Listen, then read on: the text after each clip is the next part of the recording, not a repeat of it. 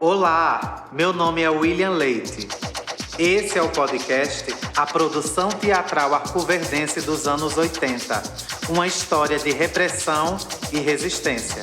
Essa pesquisa nasce através da observação dos acervos do saudoso diretor teatral Geraldo Barros e da trupe teatral Espantalho de Arco Verde, onde encontra-se materiais de espetáculos, fotografias, textos e documentos onde mostram o poder e a força que esse movimento teatral tinha nos anos 80.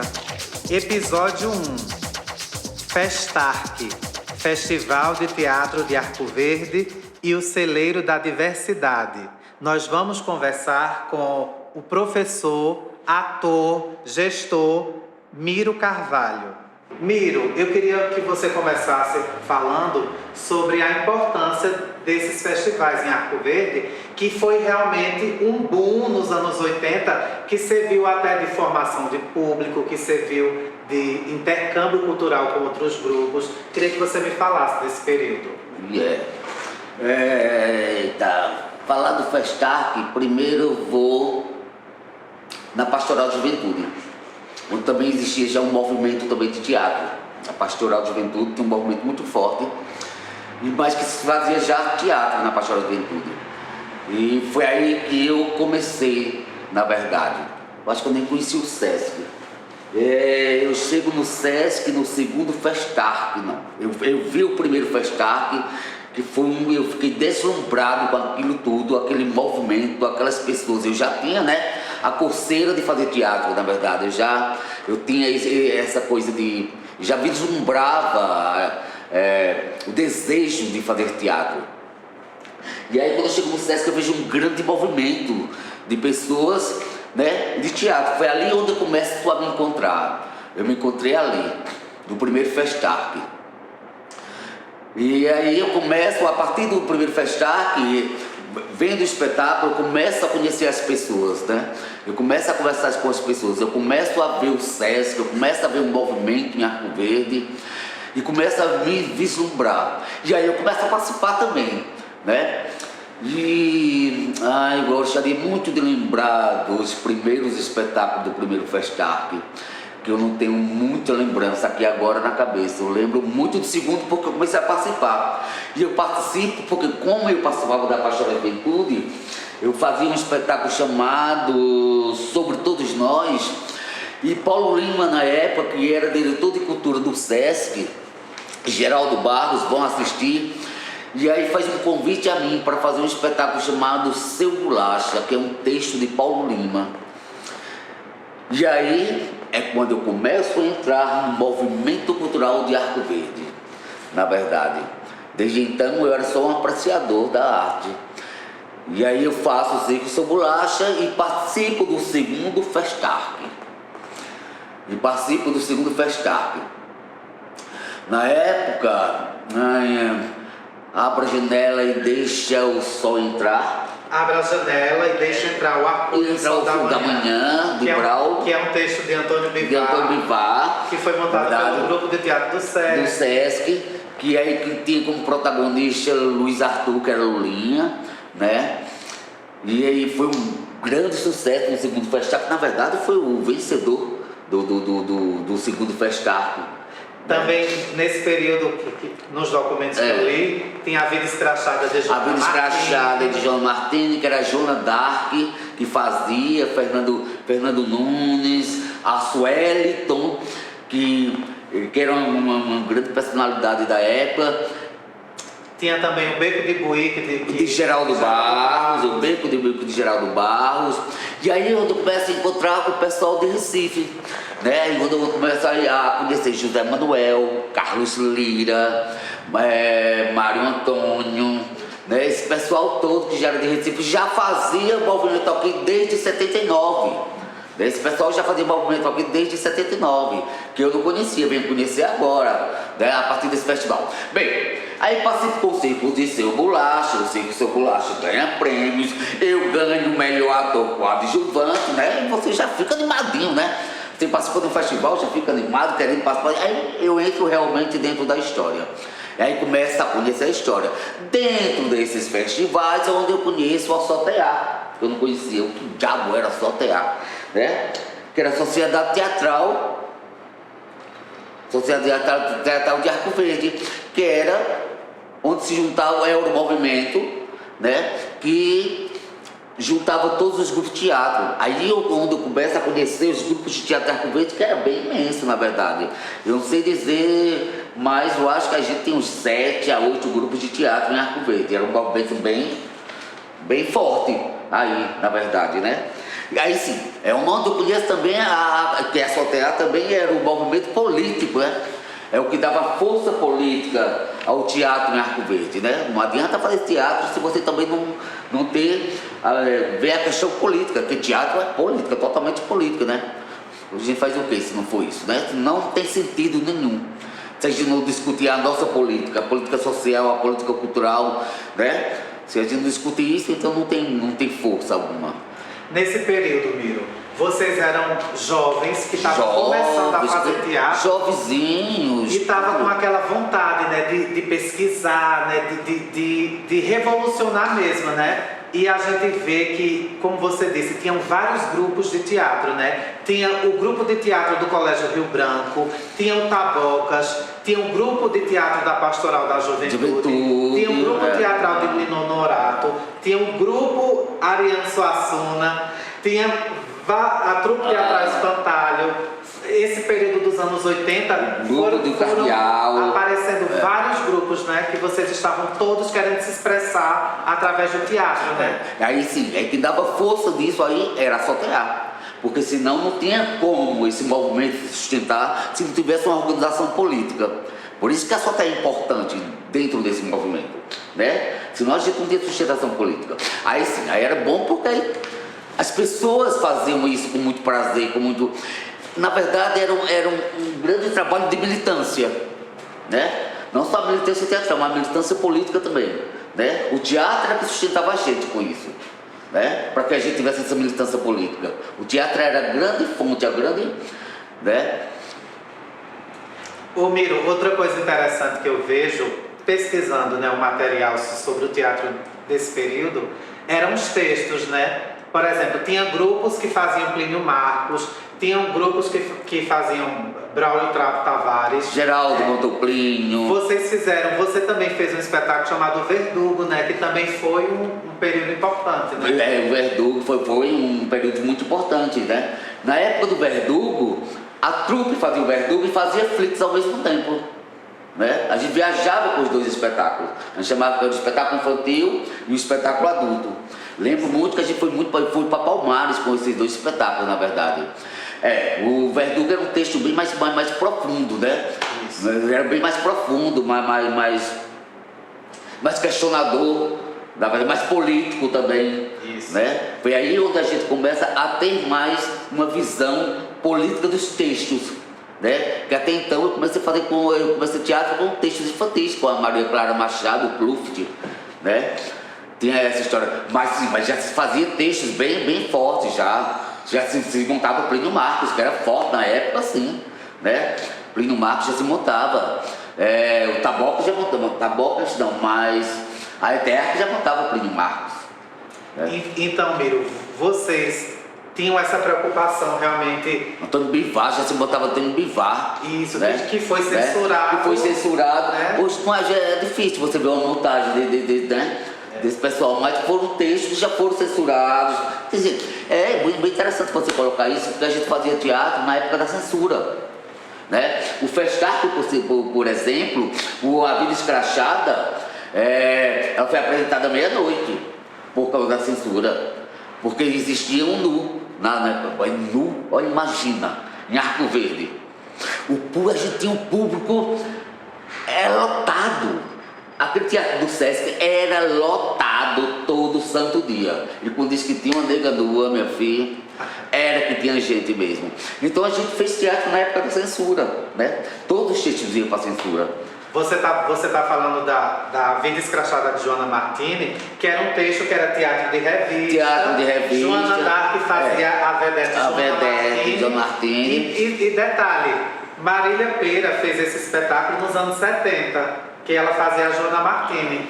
E Joana d'Arc, uma mulher negra, ó, Marília branca. Joana d'Arc aqui em Arco Verde, uma atriz negra, também já foi um ato revolucionário. Era uma grande atriz. Fazendo uma protagonista. Uma protagonista. E a cena, ela entrava numa moto dentro do teatro. Dentro do teatro. Numa moto, imagina isso na época era muito forte, dos anos 80 era muito forte. Foi muito forte. A cena cultural aqui. A cena cultural dos anos 80 foi a grande cena.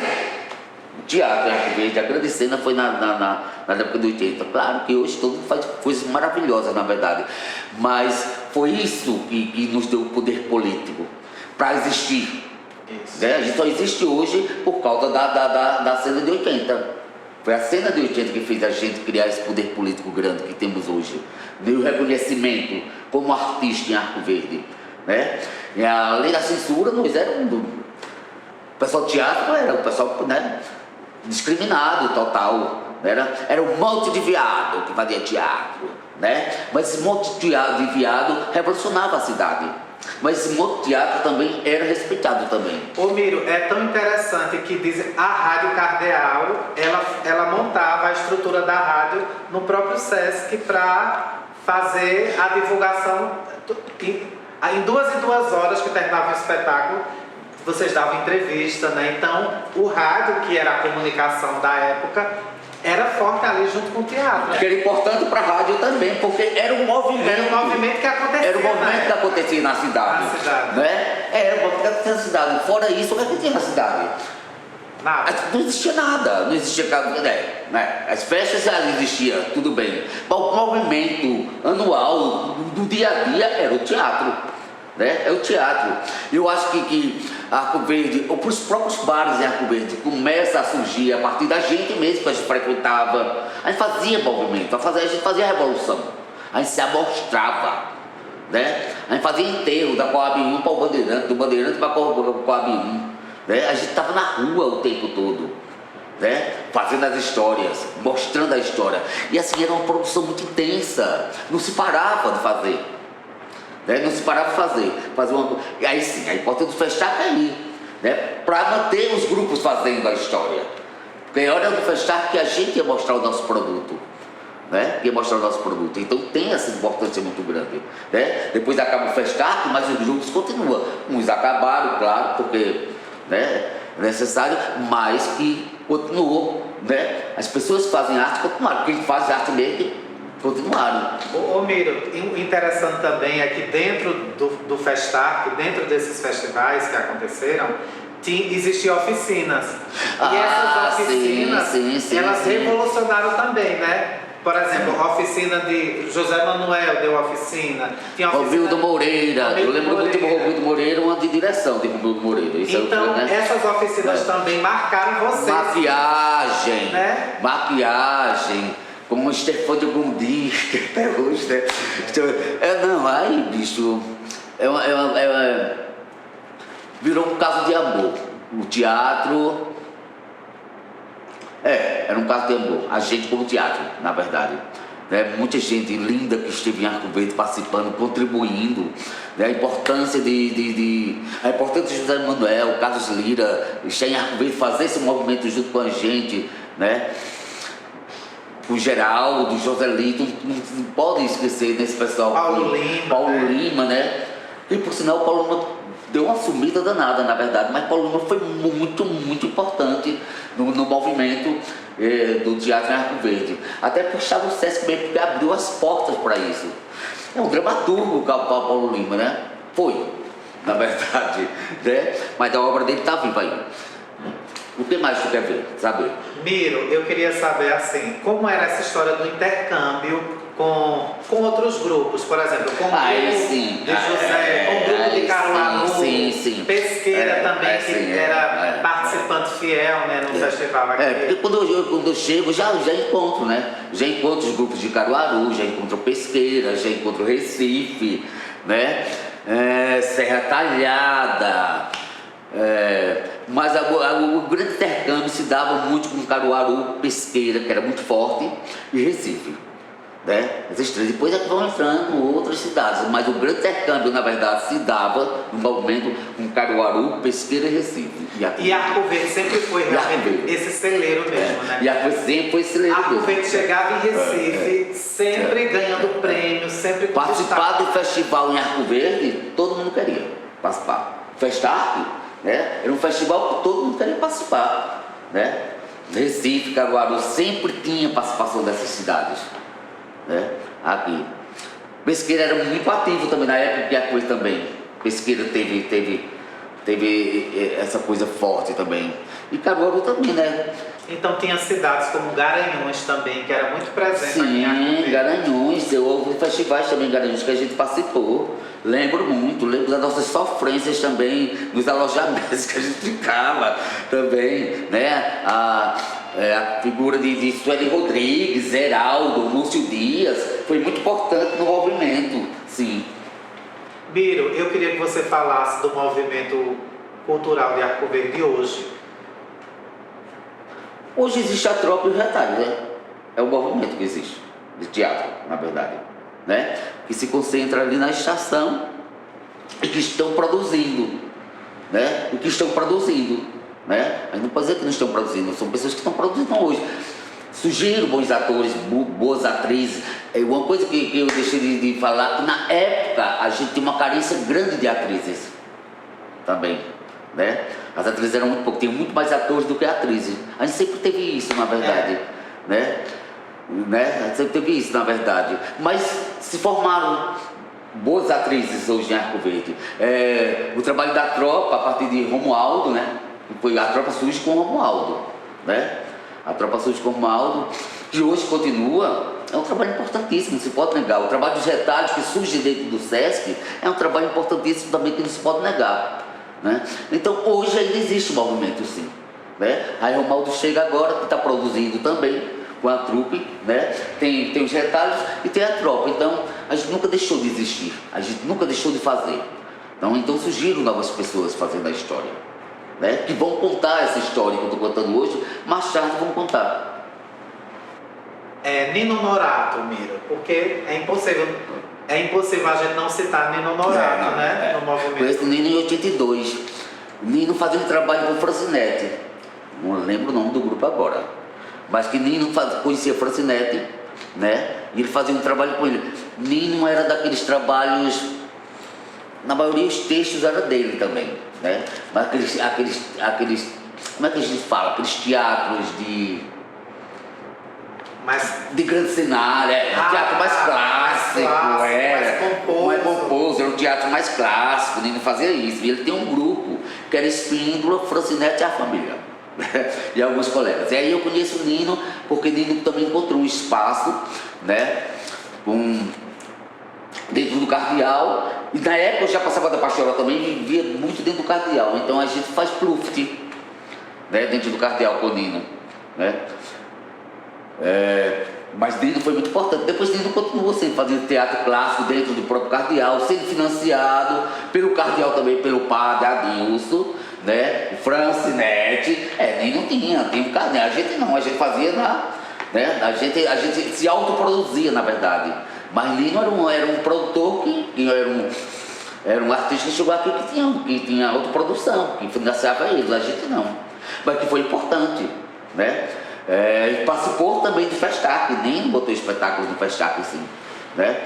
Eu lembro, muitas vezes, Nino fez um monólogo lá. Ele foi tão ele foi tão forte que ele quase que desmaiava numa cena lá, né? Aquelas coisas todas. Ele era muito...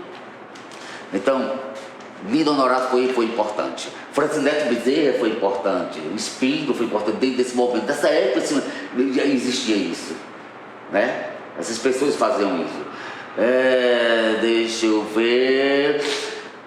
Mas as escolas também já produziam também.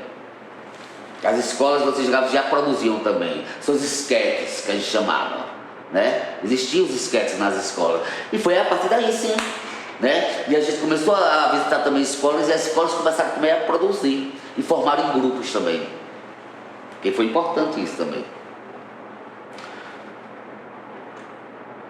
Ô Miro, tu lembra de um caso que aconteceu no Festarque quando a censura ela não permitiu que um espetáculo de pesqueira se apresentasse porque achou que ele não era adequado para Lembro vagamente, mas eu acho que foi um espetáculo de Luciano. Se eu não me engano, era alguma coisa referente a 10 gotas amargas. Mas uma coisa sobre tinha nudez também, na verdade. Essa nudez era censurada. Nudez era censurado, né? Era uma coisa que era censurada, nudez. Se hoje ainda é tabu. Ainda é tabu, imagina naquela época. Então. E Luciano já era um ator revolucionário. Né? Já botava isso, já colocava isso. Na época quem era danadinho era o Luciano, o Basso Wellington, né? Essas pessoas já mexiam com esses tabus, né? Já colocavam esses tabus em cena. Questão de comportamento, né? Da autonomia do seu corpo, né? Da liberdade, né? Então já mexiam com isso, então você já viu que tinha revolução já na época, né? Claro, né? Já vem muito do que foi a década de 70 também, né? A gente já busca na década de 70 para 80.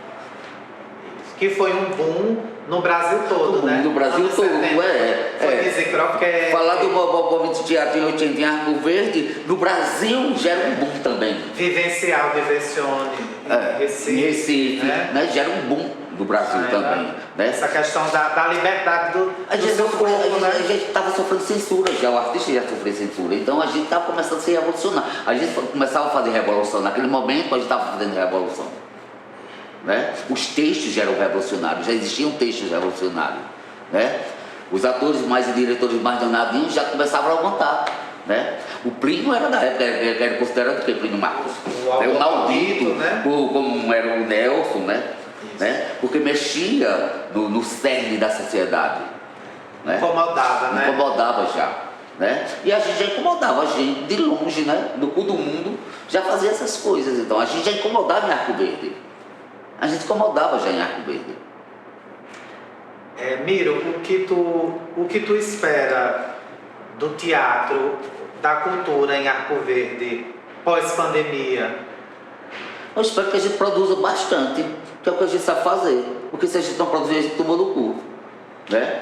Precisamos produzir, não é não? Né?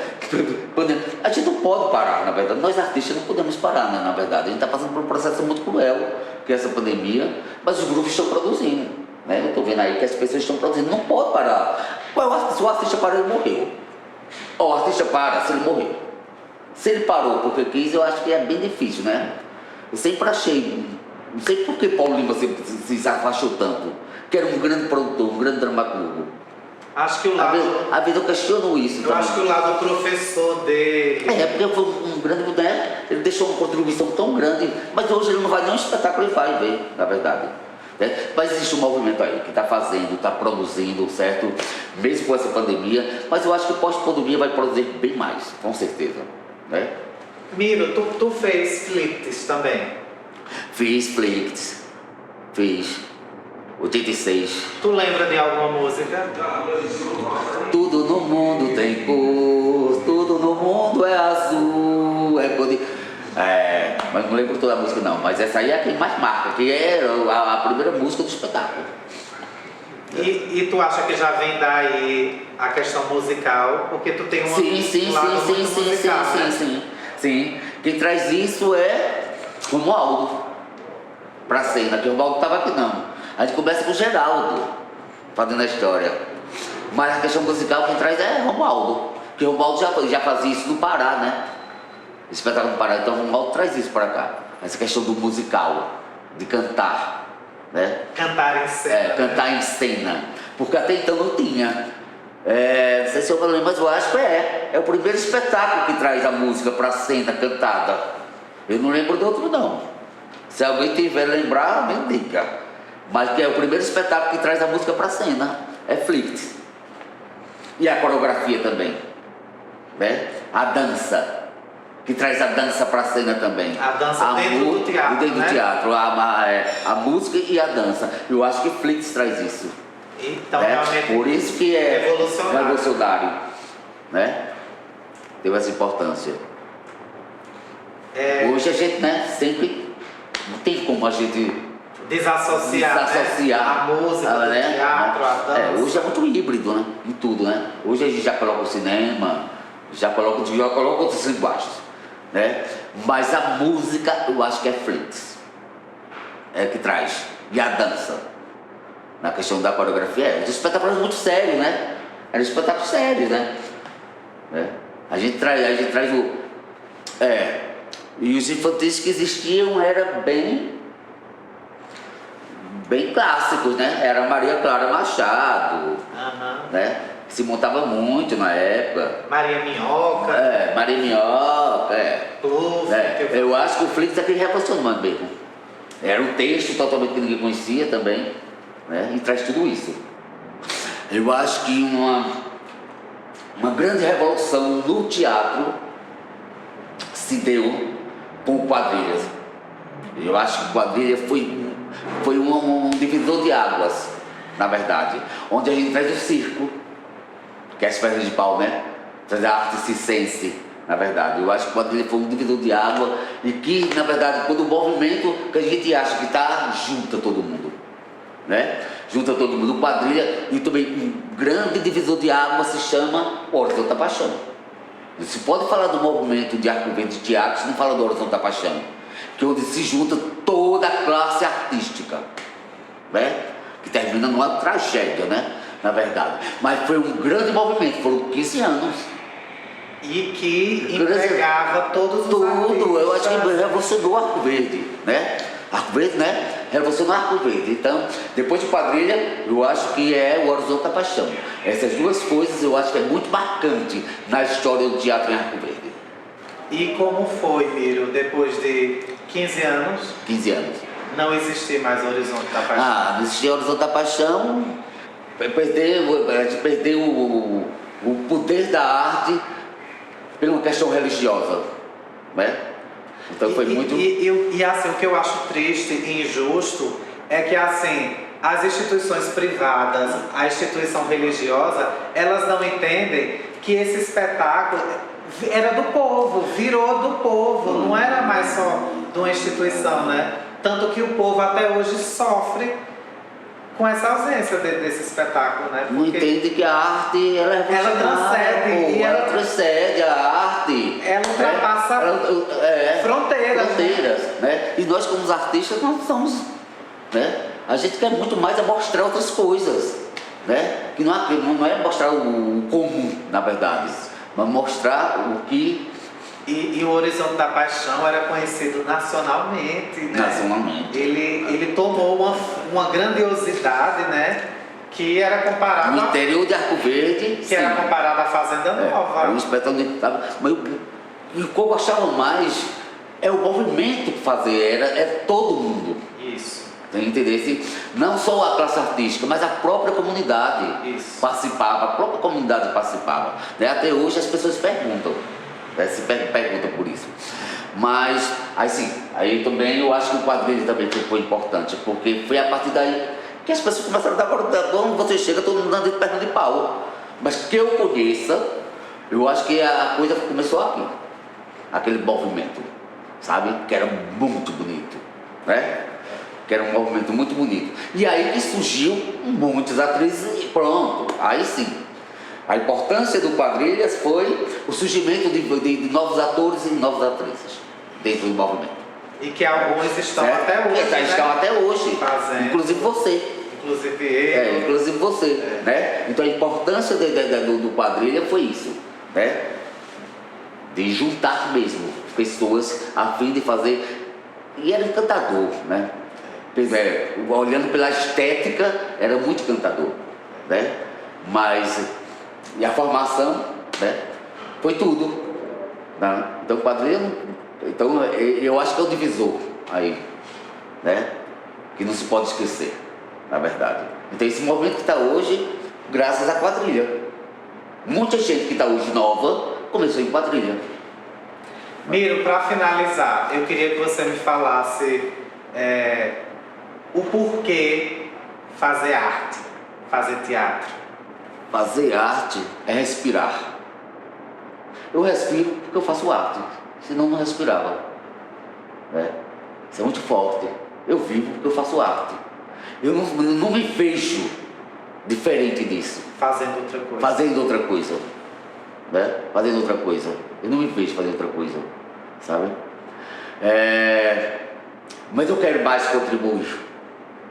Eu quero voltar para a cena. Eu tenho saudade da cena. É importante, sim, você estar como gestor, sabe?